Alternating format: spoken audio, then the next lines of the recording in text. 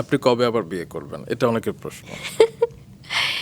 আচ্ছা, আমি যেটা শুরুতেই বলছিলাম যে আমি তো আসলে আমার তো ডিভোর্স হয়নি, সো আবার ওকে। বিয়ে করার প্রশ্নই ওঠে না।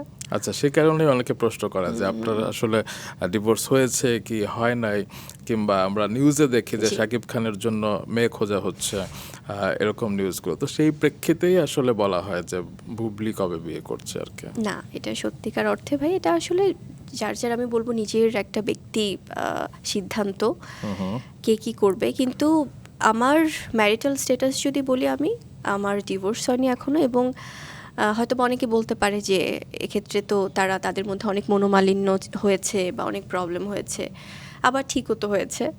সো সেখান থেকে একটা ম্যারিটাল স্ট্যাটাস কিন্তু কখনো ভাইয়া হয় আপনি ডিভোর্সড, না হলে ম্যারিড, না হলে সেপারেটেড, না হলে উইডো আমরা যেভাবে বলি, বা সেখানে কিন্তু অতীত কোনো অপশন থাকে না, যে অতীত।